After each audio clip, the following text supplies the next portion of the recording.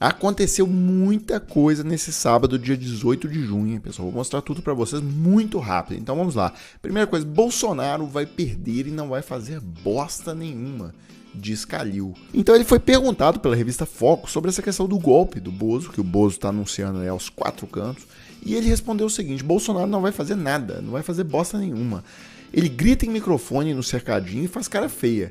Vai fazer bosta nenhuma. Tentou fazer em 7 de setembro, deu com os burros na água e guardou a viola no saco. Nós temos que parar de pôr medo nesse povo. Nós vamos ganhar a eleição com voto, com urna eletrônica, com urna elétrica, com urna a válvula, com papel, com sinal de fumaça. A eleição já acabou, o Lula já está eleito. Agora é só chamar o povo pra rua e votar. Bem, hoje o próprio Bozo voltou a falar desse assunto, tá? O que fez o TSE no final do ano passado? Convidou as Forças Armadas a participar de uma comissão de transparência eleitoral. As Forças Armadas foram convidadas. Bem, fomos convidados. Eu acho que esqueceram que o chefe das Forças Armadas sou eu. Chamei o ministro da Defesa, que era o Braga Neto. Braga, de cabeça, nós não vamos aceitar entrar na comissão para ser moldura de uma fotografia no final das apurações de 2022. Apresentamos uma dúzia de sugestões que dá para resolver muita coisa, ainda não perfeito, mas era o que podíamos apresentar. O que o TSE fez? Começou a ignorar as Forças Armadas, dando a entender que seria bom a gente se retirar. Eu não vou bater em retirada. Nós vamos até o final. Daí veio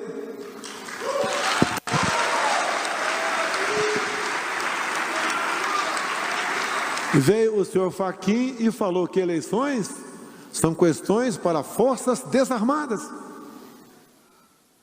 Ué, me convidou para entrar na tua casa, só vou sair daqui depois que comer um salgadinho e tomar uma tubaína.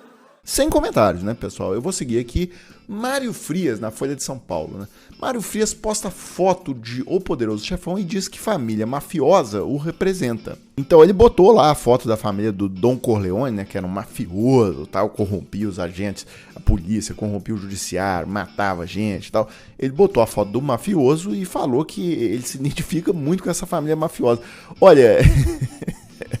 E ele é fã da família Bolsonaro e tal. Então, incoerente ele não está sendo. Aliás, ele está sendo muito sincero, inclusive, né? Dizer que admira é mafioso mesmo, bandido e tal.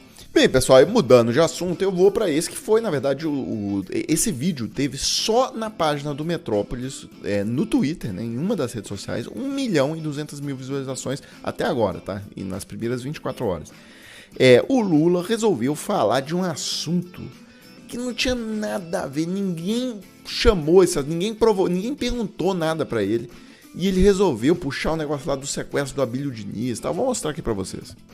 Tinha 10 brasileiros presos, que foram presos em 89, naquele sequestro do Abílio Diniz. Esses jovens que tinham argentinos, tinham, gente da América Latina, ficaram presos 10 anos.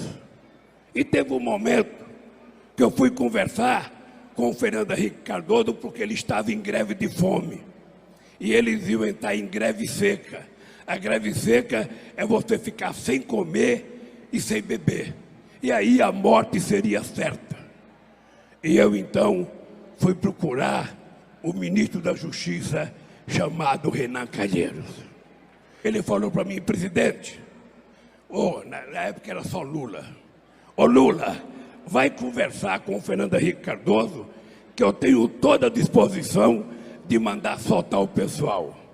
E falei para Fernando Henrique Cardoso: Fernando, você tem a chance de passar para a história como um democrata, ou você tem chance de passar para a história como um presidente que permitiu que 10 jovens que cometeram um erro, morram na cadeia. E isso não vai apagar nunca.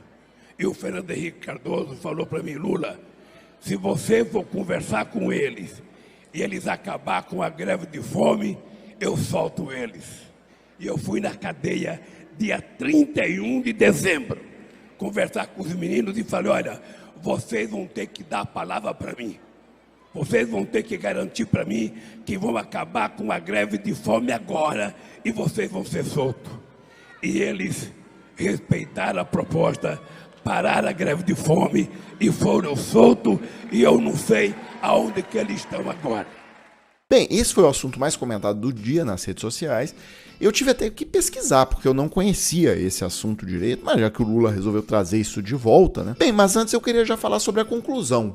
Então, assim, vai ter impacto eleitoral essa fala do Lula? Acho que não, tá? Porque essa história é de 1989. É bom lembrar que foi amplamente divulgado na campanha de 2018, por exemplo, que o Bolsonaro tinha um plano, né, tal, para explodir a adutora do Guandu. Essa adutora que é o principal meio de fornecimento de água para a cidade do Rio de Janeiro. Enfim, na época, toda a reportagem lá da revista Veja foi amplamente divulgada e tal, e ninguém tava nem aí, é um negócio antigo e tal. Todo mundo sabia que o Bolsonaro fazia campanha salarial, né? Dizia que o salário lá no governo Sarney estava baixo demais, e começou a fazer aquelas greves dentro do exército, ilegalmente, né? Porque não podia fazer. E montou aquele plano terrorista para explodir se o Sarney não desse o aumento.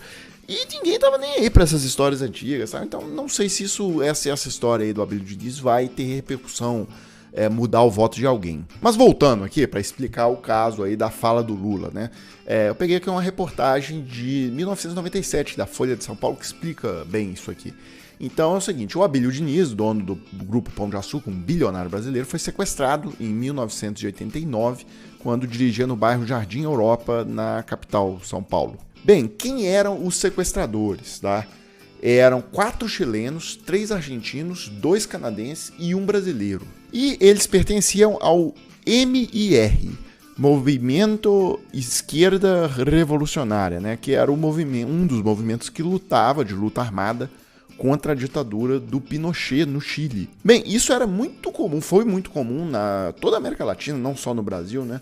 Os governos da América Latina, no início dos anos 80, eram ditaduras de direita, ditaduras militares de direita, então a esquerda tinha muita dessa luta armada mesmo, tá? De sequestrar grandes empresários, assaltar bancos, etc. Bem, nessa época aí do sequestro, o Brasil tinha acabado de se redemocratizar, tinha feito a transição ali da ditadura para o governo Sarney, mas o Chile ainda não, o Chile ainda era a ditadura do Pinochet. Bem, e aí nas buscas aqui para entender melhor esse caso e etc, para trazer esse vídeo para vocês, eu achei um texto do Reinaldo Azevedo, das antigas, né? Reinaldo Azevedo do País dos Petralhas, né? O Reinaldo Azevedo antipetista, estridente, e ele traz algumas coisas aqui interessantes, né?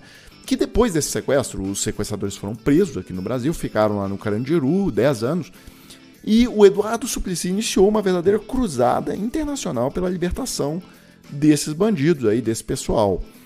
E meio que numa linha assim, esse pessoal era o crime político, eles não eram criminosos de verdade, eles faziam isso porque eles lutavam lá contra a ditadura do Pinochet e etc. E por isso que vem essa história do Lula, que aí o Suplicy, né, levou esse negócio pro Lula. O Lula foi atrás lá do Fernando Henrique, do Renan Calheiros, que na época era o ministro da Justiça do Fernando Henrique, e convencê-los de dar clemência para esse pessoal. Bem, enfim, foi uma grande besteira o Lula ter trazido esse assunto de volta, né? Inclusive sem ser provocado, sem ser perguntado, nada. Ele trouxe isso absolutamente do nada. E é óbvio que o vídeo circula como se o Lula estivesse defendendo aí a soltura dos sequestradores aí, né, da violência urbana comum e tal. E vocês perceberam aí que o caso é meio diferente, né? O caso envolve aí coisa política, o pessoal que estava lutando lá contra a ditadura do Pinochet. Não era exatamente, enfim, bastante diferente o caso, mas não é isso que circula aí nas redes sociais. E então foi um erro gravíssimo do Lula, enfim. Mas é isso, pessoal. Eu fecho esse vídeo agora, volto amanhã com mais vídeos para a página.